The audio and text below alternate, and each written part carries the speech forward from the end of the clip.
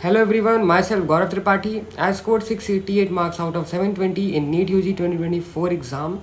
आज के इस वीडियो पे हम बात करने वाले हैं कि जो टेस्ट सीरीज़ एक जो बहुत बड़ा इंपॉर्टेंट रोल प्ले करता है हमारे थ्रू आउट प्रिपरेशन के लिए। कोई भी कॉम्पिटिटिव एग्ज़ाम हो, टेस्ट सीरीज़ एक मस्ट ऑप्शन है, उसके बिना तो कुछ पॉसिबल ही नहीं है।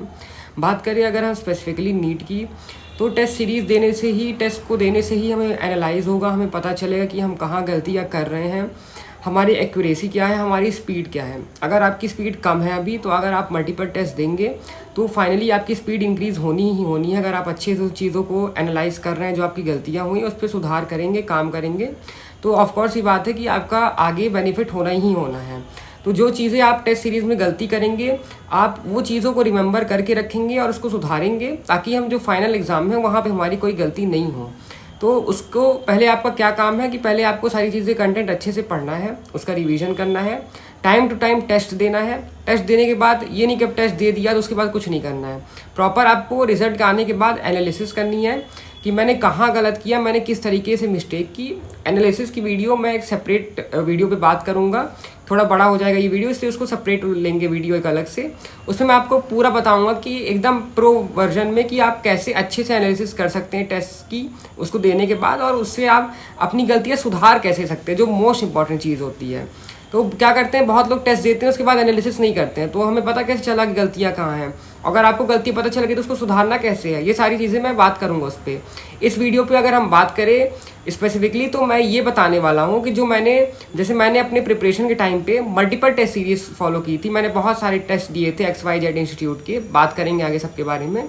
तो जो बेस्ट टेस्ट सीरीज़ क्या थी, जो हमारे लिए नीट के लिए स्पेसिफिकली जो बेस्ट कौन सी टेस्ट सीरीज़ हो सकती है।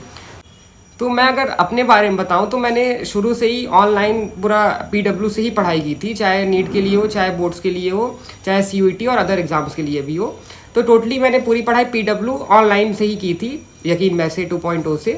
तो मैंने जो टेस्ट दिए थे वो अलग अलग इंस्टीट्यूशन के दिए थे, ऑब्वियस ही बात है। तो मैं उस बेसिस पे अगर बताऊं तो PW की अगर आप टेस्ट सीरीज़ की बात करेंगे स्पेसिफिकली, तो जो अभी जो वैसे टेस्ट होते हैं, जो पार्ट टेस्ट होते हैं, जो अभी हर संडे टेस्ट होते हैं आपके, जो कुछ चैप्टर्स के टेस्ट होते हैं, वो टेस्ट सही रहते हैं कई हद तक। उसमें आपको क्वेश्चन आप कुछ रिपीटेटिव क्वेश्चन मिलेंगे, या किसी अदर जो नीट रिलेटेड एग्जाम है उसके आपको कुछ क्वेश्चंस मिल जाते हैं जो PYQ होते हैं, या कुछ जो बहुत अच्छी टेक्स्ट बुक होती है उनसे उनके आपको क्वेश्चन दिख जाएंगे। बट ओवरऑल अच्छा पैटर्न का वो रहता है टेस्ट, तो उसको आप दे सकते हैं। If we talk about AITS जो होता है, all India test series AITS, तो वो कहीं ना कहीं थोड़ा सा टॉपिक से हट के हो जाता है। PW की मैं बात कर रहा हूँ, क्योंकि उसके जो क्वेश्चन लेवल होते हैं वो काफ़ी हार्ड हो जाते हैं। थोड़ा सा हार्ड के साथ साथ जो हमारा जो लेवल रहता है नीट का, उससे बहुत ज़्यादा ऊपर रहते हैं, तो उसका करने का कोई मतलब नहीं है। मैं मानता हूँ ये कि थोड़ा सा हमें अपने एग्ज़ाम से हल्का सा लेवल ऊपर ही करना चाहिए, पर उसका लेवल बहुत ही हाई हो जाता है। मैंने भी दो दिए थे मैंने ITS शुरू में PW के, बट फिर मैंने बंद कर दिए थे देना, क्योंकि उससे कुछ गेन नहीं होने वाला था, क्योंकि क्वेश्चन पैटर्न भी बहुत अजीब टाइप के थे और उतना मुझे पसंद नहीं आई। अब अभी का क्या ट्रेंड है मैं नहीं जानता, मैं जितना मैंने देखा उसके हिसाब से मैं आपको बता रहा हूँ। अब बात करते हैं कि जो संकल्प भारत इंस्टीट्यूट था, जब तरुण सर लोग वहाँ पढ़ाते थे और MD सर लोग पढ़ाते थे, तो उनकी जो SB NBTS करके एक टेस्ट सीरीज़ थी, वो मैंने ऑफलाइन भी मंगाई थी पर्सनली, और बहुत अच्छी टेस्ट सीरीज़ थी। NCERT बेस्ड, एक अच्छे लेवल के क्वेश्चन भी थे उसमें, नीट लेवल के, और बहुत अच्छी टेस्ट सीरीज़ थी। बायोलॉजी की बात करें तो स्पेसिफिकली NCERT बेस्ड थी, तो आप उसके PDF भी लेके कर सकते हैं सॉल्व। बहुत अच्छी टेस्ट सीरीज़ थी। AITS भी मैंने 1-2 दिए थे, वो भी बहुत अच्छे थे। तो अगर आपके पास वो टेस्ट सीरीज़ है, या पहले आपने मंगाई थी, या आप उसको टेलीग्राम से निकाल के भी सॉल्व कर सकते हैं, तो वो एक अच्छा ऑप्शन है, आप कर सकते हैं सॉल्व, कोई दिक्कत नहीं है उसको सॉल्व करने में। बात करेंगे आकाश की, तो आकाश के जो टेस्ट सीरीज़ होती है वो मैं कहना चाहूँगा कि one of the best test series है नीट के लिए। सेम लेवल के आपको क्वेश्चन मिलेंगे, उसी टाइप के क्वेश्चन मिलेंगे, ना ज़्यादा आपको हार्ड मिलेगा, आपको नीट लेवल से हल्का सा ऊपर मिलेगा, जो कि ज़रूरी भी होता है पढ़ना। लेकिन अगर आप बात करेंगे कि जो टॉपिक से हट के आपको क्वेश्चन नहीं दिखेंगे, आपको न्यू लेवल के क्वेश्चन देखने को मिलेंगे, नए टाइप के क्वेश्चन देखने को मिलेंगे। जैसे मेजॉरिटी टेस्ट सीरीज में ये होता है कि आपको किसी टेक्स्ट बुक के मिल जाते हैं क्वेश्चन, जो आपने पहली क्लास या कहीं ना कहीं सॉल्व करते टाइम DP वगैरह में किए रखते हैं, वही आपको रिपीटेटिव दिख जाते हैं। आकाश में जो मोस्ट ऑफ द क्वेश्चन रहते हैं, अब 1-2 की मैं नहीं बात करता, डाल देते हैं 1-2, तो डालना भी चाहिए वो 1-2 PYQ। बाकी जो मोस्ट ऑफ द क्वेश्चन की बात करें तो वो न्यूली फ्रेम्ड ही रहते हैं, अच्छे लेवल के NCERT बेस्ड रहते हैं, और जो AITS की बात करें तो AITS भी वन ऑफ द बेस्ट है आकाश का। मैंने बहुत सारी AITS सॉल्व किए थे और बहुत अच्छा आपको, ट्रस्ट मी, बहुत अच्छा आपको उससे फ़ायदा होगा अगर आप आकाश के AITS सॉल्व करेंगे तो पर्सनल ओपिनियन मेरा बेस्ट सभी इंस्टीट्यूट्स में जितने मैंने किए हैं वो आकाश का ही रहेगा।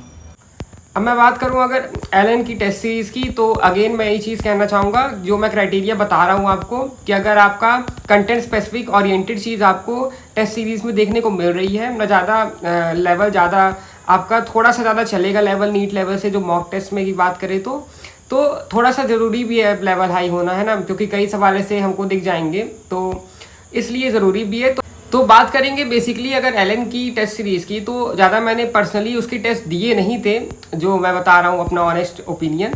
तो और जो जितने दिए थे मैंने ITS और नॉर्मल उसके टेस्ट, तो मुझको पैटर्न स्लाइटली नीट से डिफरेंट दिखे, तो मैंने नहीं किए थे। और मैं टेस्ट सीरीज़ के लिए मैं रिकमेंड भी नहीं करना चाहूँगा। अगर आपको अगर ऐसा लग रहा है कि हाँ ये सारी चीज़ें आ सकती नीट में और PYQ वगैरह पे एनालिसिस करके आप उसी पे बेस्ड रहकर, तो आप दे सकते हैं। मैंने जितने किए थे तो उस हिसाब से मेरे को नहीं लगे थे एकदम टू द पॉइंट, तो मैं नहीं रिकमेंड करूँगा उसको। अब लास्ट में अगर कोई भी अदर इंस्टीट्यूट्स हैं जैसे अड्डा, अनअकैडमी या अदर कोई भी XYZ इंस्टीट्यूट, कोई नॉर्मल एक लोकल इंस्टीट्यूट भी वो हो सकता है, कोई भी ऑनलाइन प्लेटफॉर्म हो जो मैंने वीडियो मेंशन नहीं किया है, मैंने इतनी चीज़ें मेंशन की है, उतने ही इंस्टीट्यूट्स के बारे में मैंने मेंशन किए जितने मैंने खुद पर्सनली किए हैं। मैं कोई ऐसी चीज़ नहीं बता सकता आपको जो मैंने खुद कभी ट्राई ही नहीं किया है, तो मैं अपने एक्सपीरियंस बेस्ड ही दूंगा। बाकी मैं ऐसे हवाई बातें नहीं करूंगा यहाँ पे आके। तो मैं यही कहना चाहूँगा कि जो मैंने क्राइटेरिया आपको बताई है, कि अगर आपको वो रिलेवेंट दिख रही है नीट के लिए, NCERT टू द पॉइंट चीज़ें दिख रही हैं आपको, थोड़ा सा ही लेवल ऊपर है, तो आप बिल्कुल उसको बेशक फॉलो करिए, एंड तक फॉलो करिए, कोई प्रॉब्लम नहीं है, चाहे आप कहीं से भी पढ़ें।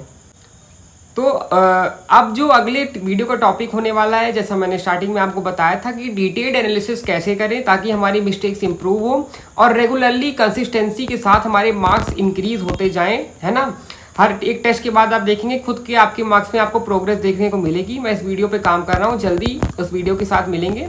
तब तक thank you, best of luck, पढ़ाई करते रहिए, मेहनत करते रहिए। कोई भी डाउट और क्वेरी हो तो कमेंट सेक्शन में बता सकते हैं। चैनल को सब्सक्राइब कर दीजिएगा और टेलीग्राम चैनल को ज्वाइन कर लीजिएगा। सारे कंटेंट, जो भी नोट्स या जो भी मॉड्यूल वगैरह जो मुझको इंपॉर्टेंट लगती हैं चीज़ें, मैं वहाँ पे भेज देता हूँ टेलीग्राम पे, तो उसको आप एक बार ज्वाइन करके चेक कर सकते हैं सारी चीज़ें। Thank you.